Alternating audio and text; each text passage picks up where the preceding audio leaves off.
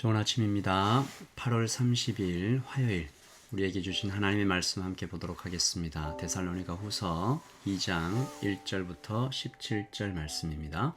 데살로니가 후서 2장 1절부터 17절까지 말씀 함께 보겠습니다. 형제들아, 우리가 너희에게 구하는 것은 우리 주 예수 그리스도의 강림하심과 우리가 그 앞에 모임에 관하여 영으로나 또는 말로나 또는 우리에게서 받았다 하는 편지로나 주의 날이 이르렀다고 해서 쉽게 마음이 흔들리거나 두려워하거나 하지 말아야 한다는 것이라. 누가 어떻게 하여도 너희가 미혹되지 말라. 먼저 배교하는 일이 있고 저 불법의 사람 곧 멸망의 아들이 나타나기 전에는 그날이 이르지 아니하리니 그는 대적하는 자라. 신이라고 불리는 모든 것과 숭배함을 받는 것에 대항하여 그 위에 자기를 높이고 하나님의 성전에 앉아 자기를 하나님이라고 내세우느니라. 내가 너희와 함께 있을 때 이 일을 너희에게 말한 것을 기억하지 못하느냐? 너희는 지금 그로 하여금 그의 때에 나타나게 하려 하여 막는 것이 있는 것을 아나니 불법의 비밀이 이미 활동하였으나 지금은 그것을 막는 자가 있어 그 중에서 옮겨질 때까지 하리라. 그때 불법한 자가 나타나리니 주 예수께서 그 입의 기운으로 그를 죽이시고 강림하여 나타나심으로 패하시리라. 악한 자의 나타남은 사탄의 활동을 따라 모든 능력과 표적과 거짓 기적과 불의의 모든 속임으로 멸망하는 자들에게 있으리니 이는 그들이 진리의 사랑을 받지 아니하여 구원함을 받지 못함이라. 이러므로 하나님이 미혹의 역사를 그들에게 보내사 거짓 것을 믿게 하심은 진리를 믿지 않고 불의를 좋아하는 모든 자들로 하여금 심판을 받게 하려 하심이라.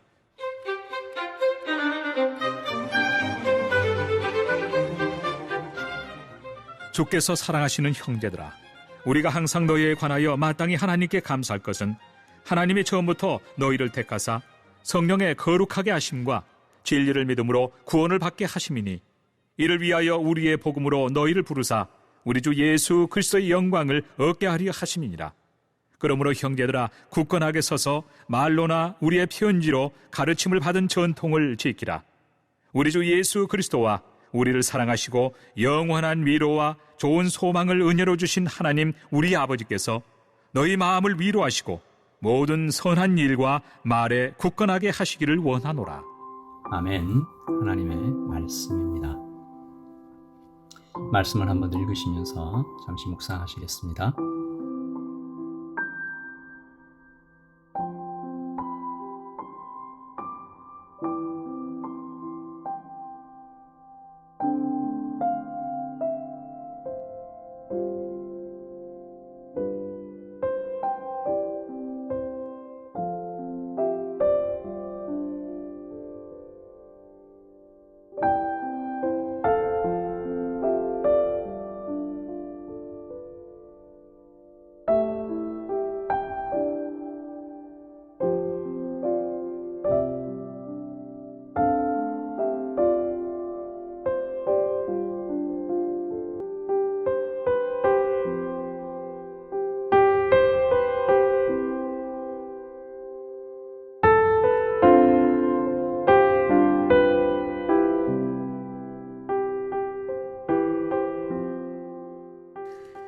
지난주에 데살로니가 전서를 함께 말씀을 살펴봤고요. 이제 데살로니가 후서로 넘어왔습니다.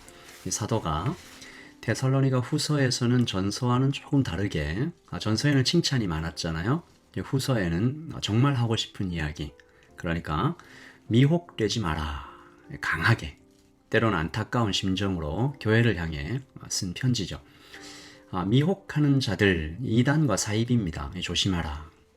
이때 나타난 이단이 주로 재림과 종말에 대한 거짓이었는데요. 여러분 잘 아시다시피 다니선교회 예수님의 재림 날짜를 구체적으로 말하고, 그러니까 곧 오신다, 직장과 학교와 모든 일 다 그만두고 여기서 이제 빠지지 않는 것이 재산을 다 팔아, 가져와라. 이런 종류의 이단이 그때도 있었고 여러분 지금도 있습니다. 역사의 곳곳에 나타나는 것 같아요. 어떻게 피할 수 있을까? 오늘 이 데살로니가 후서 말씀에 이 이단들의 대표적인 특징 몇 가지가 좀 기록되어 있는데요.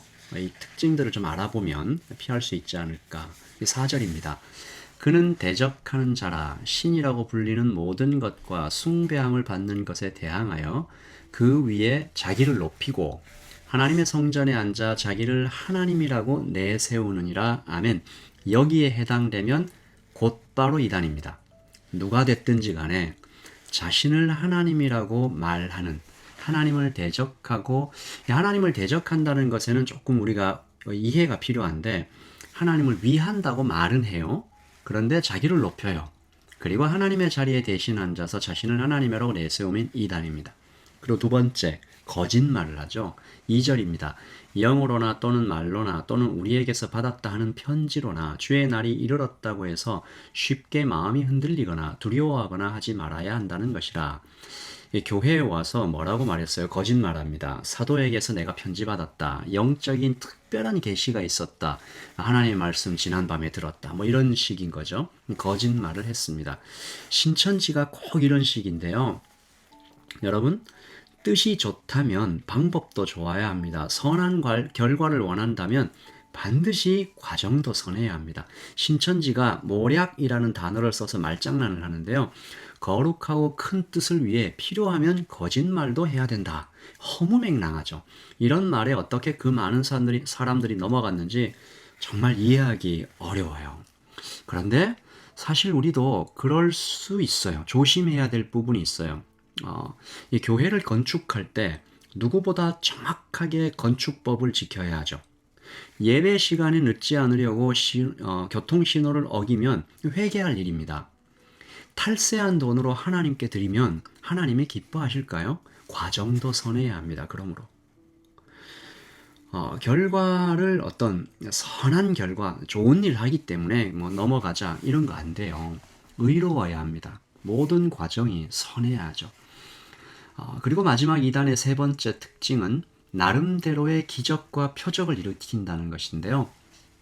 오늘 말씀해 보시면 악한 자의 나타남은 사단의 활동을 따라, 우리 9절 말씀인데요. 모든 능력과 표적과 거짓 기적과, 그러니까 여기에 많은 사람들이 넘어가는 것 같아요. 와, 저기 표적과 기적이 나타나니까 무언가 제대로 된 것이 아닐까. 여러분, 출애굽 당시 생각해 봐요. 모세가 바로 앞에서 하나님의 기적을 행하는데 애굽의 주술사들도 비슷한 기적들을 일으키잖아요. 사람들을 혼란스럽게 하죠. 그러므로 기준이 되는 것은 기적과 현상이 아닙니다. 눈에 보이는 것에 집중하다가 나도 모르게 넘어갈 수 있어요. 달콤하게 좋아하고 영혼의 파장이 비슷하기 때문일까요? 유유상종이라는 말이 있죠. 잘 넘어가는 사람들 보면 꼭 그 욕망과 욕심 때문에 속아 넘어가는 경우가 참 많아요. 조심해야 돼요. 여러분, 이들을 어떻게 이길까요? 이들이 어떤 특징을 가지고 있는지는 우리가 이제 알았다고 치면 어떻게 이길까? 먼저 당연히 우리 하나님을 신뢰하는 것입니다. 여러분, 내 안에 계신 이가 세상에 있는 이보다 크십니다. 아멘이신가요? 내 안에 있는 이가 세상에 있는 이보다 크십니다. 하나님께서 자신의 자녀들을 지키시죠. 이 이단들을 죽이시고 패하십니다. 하나님이 분노하시죠. 8절 보시면요. 그때에 불법한 자가 나타나리니 주 예수께서 그 입의 기운으로 그를 죽이시고 강림하여 나타나심으로 패하시리라. 하나님께서 우리보다 훨씬 더, 정말 진짜로 분노하시죠. 오늘 말씀에서 조금 우리가 오해하지 말고 지나가야 될 부분이 있다면 11절과 12절입니다. 11절 말씀 보시면 이러므로 하나님이 미혹의 역사를 그들에게 보내사 거짓 것을 믿게 하심은 진리를 믿지 않고 불의를 좋아하는 모든 자들로 하여금 심판을 받게 하려 하심이라. 이 말씀 믿으면 마치 하나님께서 미혹의 원인인 것처럼 하나님께서 가만히 착하게 잘 살고 있는 성도들을 유혹해서 거짓 것을 믿게 하시고 심판으로 그냥 밀어넣으시는 것처럼 아닙니다. 2주 전인가요? 제가 말씀드렸던 것처럼 하나님은 그들을 내버려 두시는 거죠. 그들의 욕망이 그들을 망하게 하는 것입니다. 내버려 두신다는 말도 사실은 좀 어폐가 있는데 그들이 하나님의 손길을 끊어내는 거죠. 불의를 좋아하여 그들을 그 길로 가는 거죠. 성령님을 모욕하는 거죠. 원래 가고 있었던 멸망의 길을 속절없이 그대로 가다가 망하는 것입니다. 오늘 아침에 정말 마지막에 마지막 때를 우리가 살아가고 있는 이때에 각종 이단들이 나타날 것입니다. 그러므로 데살로니가 후서의 말씀이 오늘 우리 이 시대에 너무너무 필요한 말씀인 거죠. 하나님을 신뢰하며 우리를 보호하시는 하나님께 감사하고 택하신 은혜를 다시 기뻐하며 오늘도 세상의 주인 되신 세상보다 크신 이인 하나님께 우리 13절 말씀처럼 찬양과 경배를 드립니다.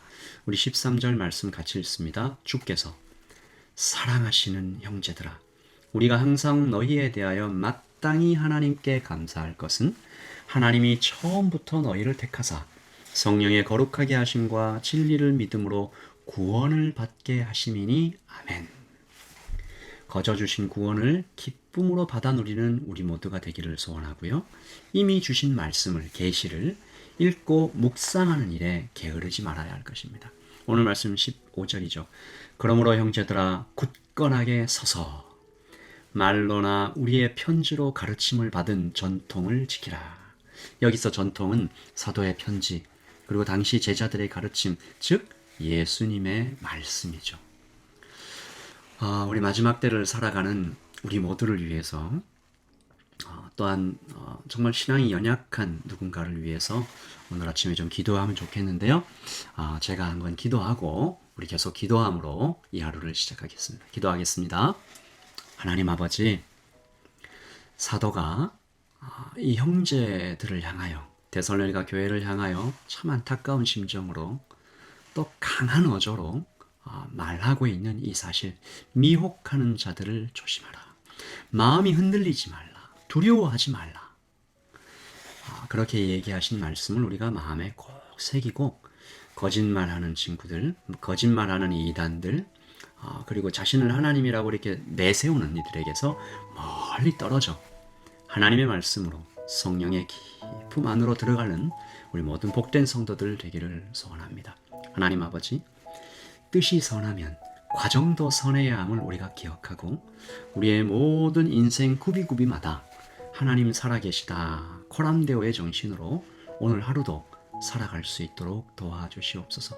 세상에 있는 이가 정말 크게 느껴져서 우리의 마음이 약해질 때 하나님께서 우리를 택하심을, 성령께서 거룩하게 하심을, 진리를 믿음으로 구원을 받게 하심을, 그리고 우리에게 계시의 말씀을 주셨음을 주님께서 친히 싸우심을 우리가 믿고 오늘 하루 승리하는 아침이 하루가 되게 하여 주시옵소서.